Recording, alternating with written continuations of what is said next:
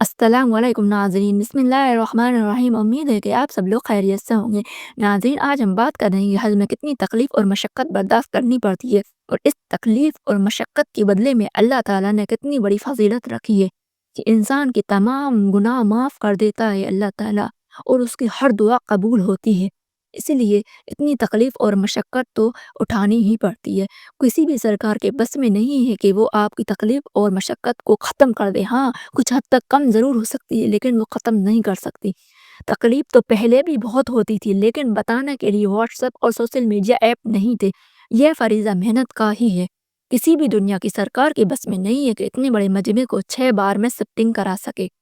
Number 1، مکہ سے مینا، مینا سے عرفات، عرفات سے مزدلفہ، مزدلفہ سے مینا، مینا سے پھر مکہ شریف، مکہ شریف سے پھر مینا۔ اتنی ایڈوانس ٹیکنالوجی آج کے زمانے میں آ چکی ہے، لیکن سب فیل ہے۔ لیکن پھر بھی کچھ حد تک بہت مدد ملتی ہے۔ اللہ والوں نے تو پہلے کے زمانے میں پیدل حج کیے ہیں۔ پیدل چلنے والوں کی جیت ہوتی ہے۔ پہلے کے زمانے میں کوئی فیسیلیٹی نہیں ہوا کرتی تھی۔ نو اے سی، نو الیکٹریسٹی، نو واشنگ مشین کپڑے دھونے کے لیے، نو فین، نو لنچ، نو ڈنر، اور نو بلڈنگ کا کوئی عیش و آرام نہیں ہوا کرتا تھا۔ اس دور میں اونٹ پر اور پیدل حج ہوتا تھا۔ سب لوگ سامان کی پوٹلیاں اونٹ پر رکھ کر حاجی اور حجن احرام کی حالت میں جدہ سے مکہ جاتے تھے۔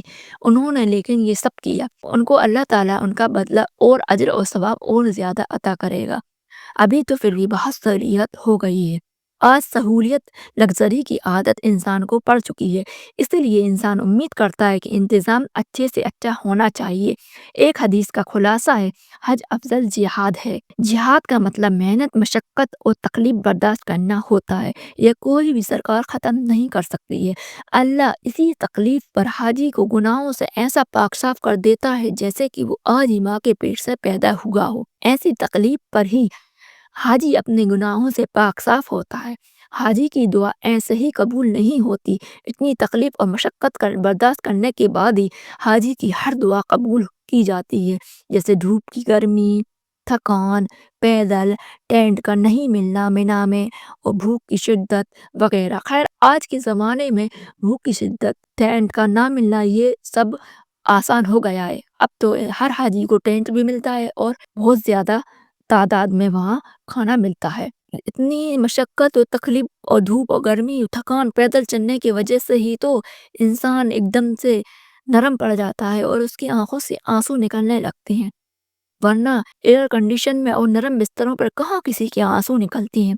اللہ تعالیٰ کو 3 چیزیں بہت پسند ہیں۔ نمبر 1، شکر کرنے والا دل۔ جو دل شکر کرتا ہے، ہر چیز پر الحمدللہ کہتا ہے، اور اللہ جو بھی تکلیف اور مشقت آتی ہے اسے اللہ کی طرف سے سمجھتا ہے اور شکر کرتا رہتا ہے، تو اللہ تعالیٰ کو یہ بہت پسند ہے۔ نمبر 2، ذکر کرنے والی زبان۔ جو زبان ہمیشہ ذکر میں مبتلا رہے، زیادہ سے زیادہ وقت ذکر میں گزارے، اور دوسروں کی باتوں میں یا چگلی چغلخوری یا دوسروں کی کسی بھی پرکار کی باتوں میں نہ اپنی زبان کو خراب کرے، بلکہ ذکر میں اپنی زبان کو مبتلا رکھے، ایسی زبان اللہ تعالیٰ کو بہت پسند ہے۔ نمبر 3، مشقت برداشت کرنے والا جسم۔ اپنے جسم کو اتنی طاقتور بنائے کہ وہ ہر مشقت اور تکلیف کو برداشت کر سکے۔ اسی لیے ابھی سے اپنی تیاری شروع کر دیں، ہر طرح سے فزیکلی تیار رہیں۔ حج کے احرام کی نیت کرتے وقت ہم کیا کہتے ہیں؟ اللہ تعالیٰ ہمارے حج کو قبول کرے اور آسان فرمائے۔ آسان فرمانے کا مطلب یہی ہوتا ہے کہ ہماری مشقت اور پریشانیوں کو اللہ تعالیٰ زیادہ سے زیادہ آسانی میں تبدیل کر دے، اور لہٰذا سفر کی کمیوں اور خامیوں کو شکایت نہ کریں۔ شکایت انسان کو شرک تک پہنچا دیتی ہے۔ اس لیے کوشش کریں کہ ہر کمی اور خامیوں کو برداشت کریں اور اللہ کا شکریہ ادا کریں، کیونکہ شکر کرنے والا دل اللہ تعالیٰ کو بہت پسند ہے۔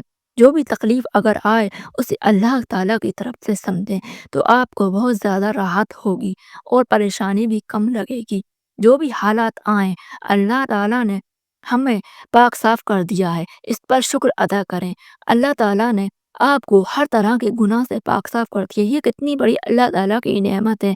اللہ تعالیٰ ہم سب کو مقبول حج کرنے کی توفیق عطا فرمائے۔ آنے کے بعد آپ کو جب آپ وہاں سے روانگی ہوگی آپ کو گھر کی طرف، تب جب آپ گھر پہنچ جائیں گے اس کے 40 دن تک آپ کی دعائیں قبول ہوں گی۔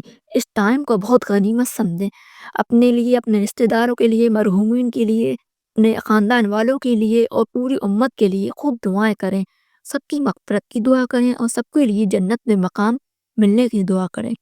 مرتے وقت اللہ تعالیٰ آسانی کرے، تکلیف کو کم کرے اور شہادت کی موت نصیب کرے، ایسی دعائیں سب کے لیے کریں اور اللہ تعالیٰ سبھی کے گناہوں سے پاک صاف کر دے۔